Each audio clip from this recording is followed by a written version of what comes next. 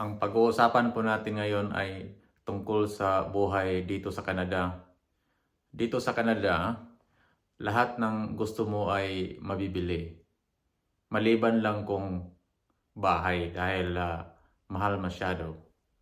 Pero tungkol sa pagkain, sasakyan, lahat ng luho mo ay mabibili mo pero dinadaan sa utang or credit card. Mababayaran mo rin yun pagdating ng sweldo mo. Pero hindi mo basta-basta mabayaran kaagad, paunti-unti. Tungkol sa pagpangutang dito, depende din sa approval ng bangko. Kung magkano ang kinikita mo, so bibigyan ka ng malaking credit limit kung malaki ang kinikita mo. Pero maliban dyan, mabibili mo pa rin yung gusto mo. Tungkol sa sasakyan, basta may full-time job ka, ma-approve ka talaga. Hindi kagaya dati kagaya sa Pinas na kailangan pa ng malaking down payment at malaki ang interest rate. Sa pagkakaalam ko ay 5 years to pay. So malaki ang interest. Parang pag dito naman, kung 5 years to pay, maliit lang ang interest dahil mababayaran mo ng mabilis. Kadalasan dito ay 7 years to pay or 84 months. Iyon ang kadalasan dito. Bi-weekly ang pagbayad. Automatic po yan sa pagkalta sa sweldo mo dahil ang car dealer ay manghihingi ng tawag nito ay void check. So automatic na po yan.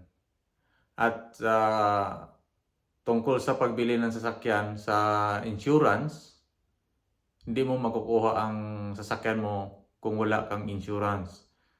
Yung VIN number ng sasakyan mo ay sasabihin ng dealer na ito yung VIN number mo at maghanap ka ng insurance online.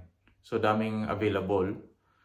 So yun ang agreement. Tatawagan mo yung insurance at mayroong mga quote kung magkano ang monthly, yun. Tapos video na mahalan ka, lipat ka naman sa iba.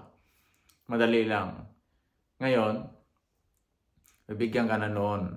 So, yun ang ipapakita mo doon sa car dealer na mayroon ka ng insurance. At ang car dealer, sila mismo ang magparehistro ng sasakyan mo.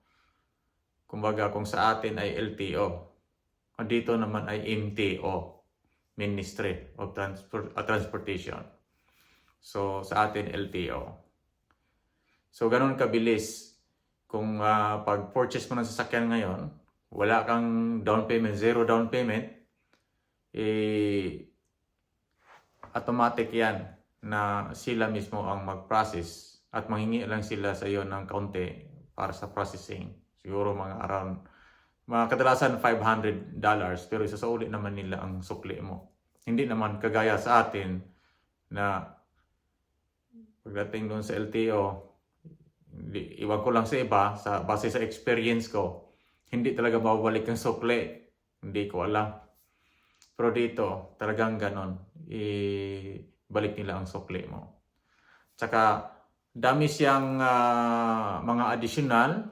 So, bago ka kumuha ng sasakyan, sabihin nila na gusto mo ng extended warranty, ay depende sa iyo kung gusto mo. Pero, ang brand new sasakyan, mayroon na yung 5 years warranty. So, hindi na kailangan, para sa akin, hindi na kailangan ng additional 2 years warranty kung 7 years to pay. Kasi, automatic naman yan na ibig sabihin maganda ang makina ng sasakyan mo eh. Kasi kung pag masira siya ng 4 years, within 4 years, papalitan nila ng libre ang makina mo. Ganon dito. Ganon lang kasimple magmangutang ng sasakyan, hindi masakit sa ulo.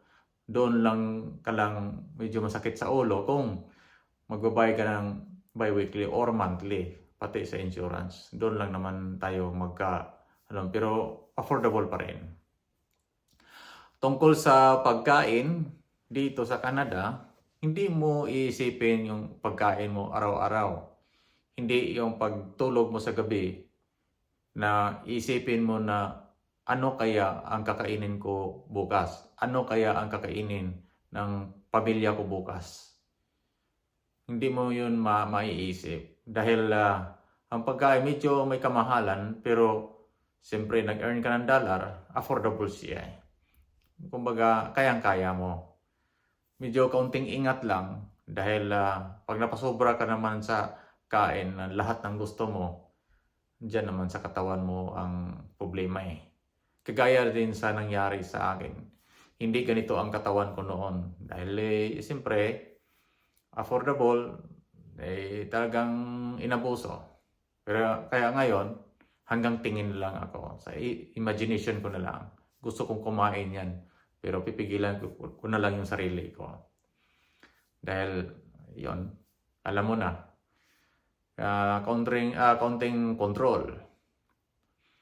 Tungkol naman sa dito, yung damit, hindi na kailangan na punta ka pa sa mall para ka lang magbili ka ng damit doon.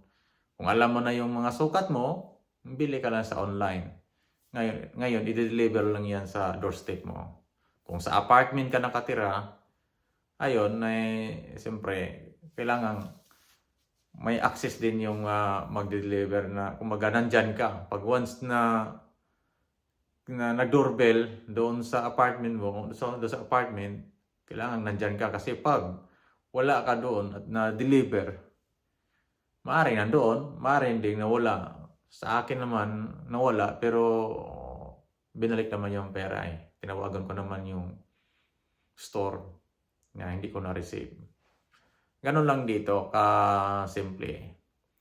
Tika, yung mga bago dito sa account ko, paki-subscribe na lang at paki-like na lang or paki-share. Marami akong sasabihin sa inyo tungkol sa buhay dito sa Canada eh. Lalo ngayon itong medyo may kahigpitan, pero hindi yan kumbaga habang buhay na may higpit. Babalik din yan sa dati. Kumbaga hintay-hintay lang. So balikan natin ang topic tungkol sa pagkain dito. Kayang-kaya niyo yan. Walang problema eh. Hindi mo yan iisipin. Yung mga anong gusto mong pagkain. Marami dito sa grocery, mayroong Asian, mayroong Chinese, mayroong Western, depende anong gusto mo, pagkain na kung anong gusto mo. Ganun lang dito. Yung mga isda, hindi mo talaga maiwasan na frozen talaga ang mabibili mo. Pero mas okay ang frozen dahil doon pa lang yan sa dagat, sa barko pa lang yan, sa malaking palaisdaan.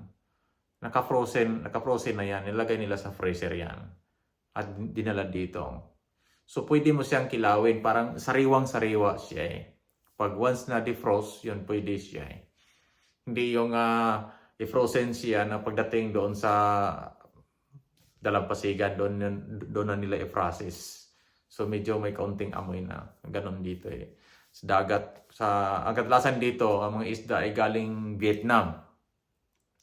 Mayroong lobster dito, affordable pa rin dahil medyo may kamahalan para sa akin. Dahil hindi naman ako bumibili yan, siyempre.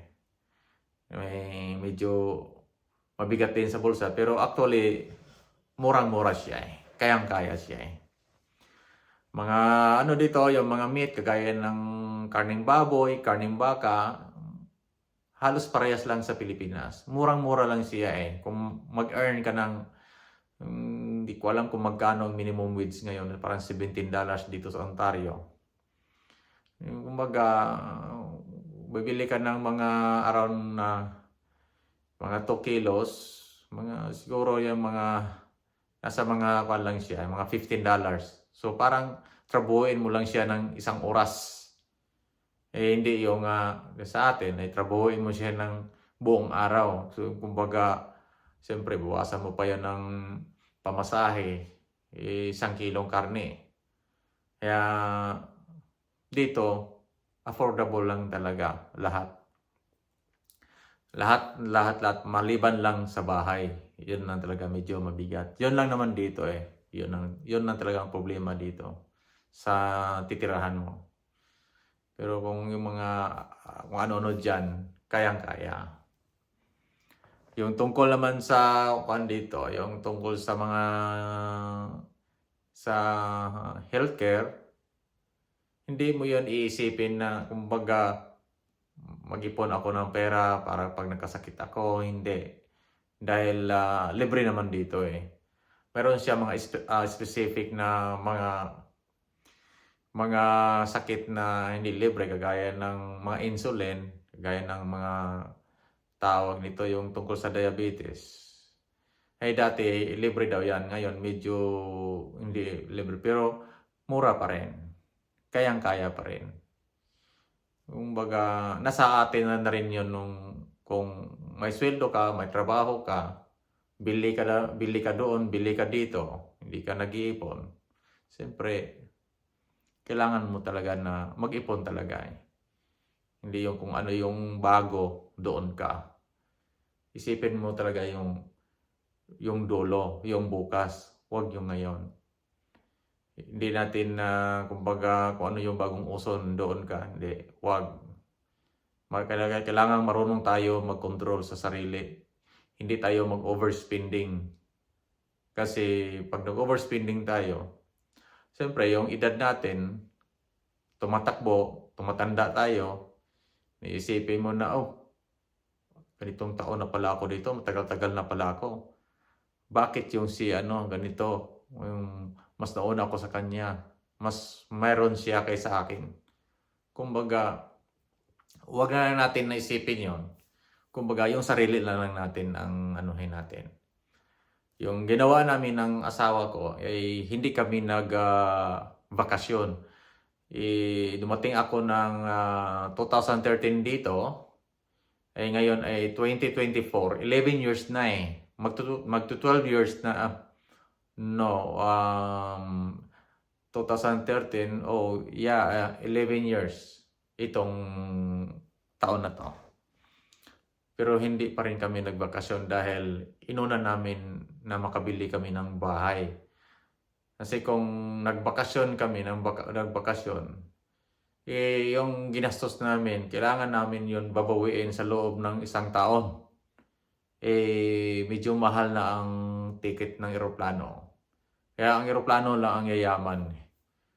Siyempre, maganda din. Nakikita natin ang mga mahal sa buhay natin sa Pilipinas. Pero ngayon ay high-tech na. Makikita naman natin sila dito sa online, sa video call. So, pwede mo silang makausap on the spot. Hindi noon na telegrama, ilang words lang, mahal pa ang babayaran mo.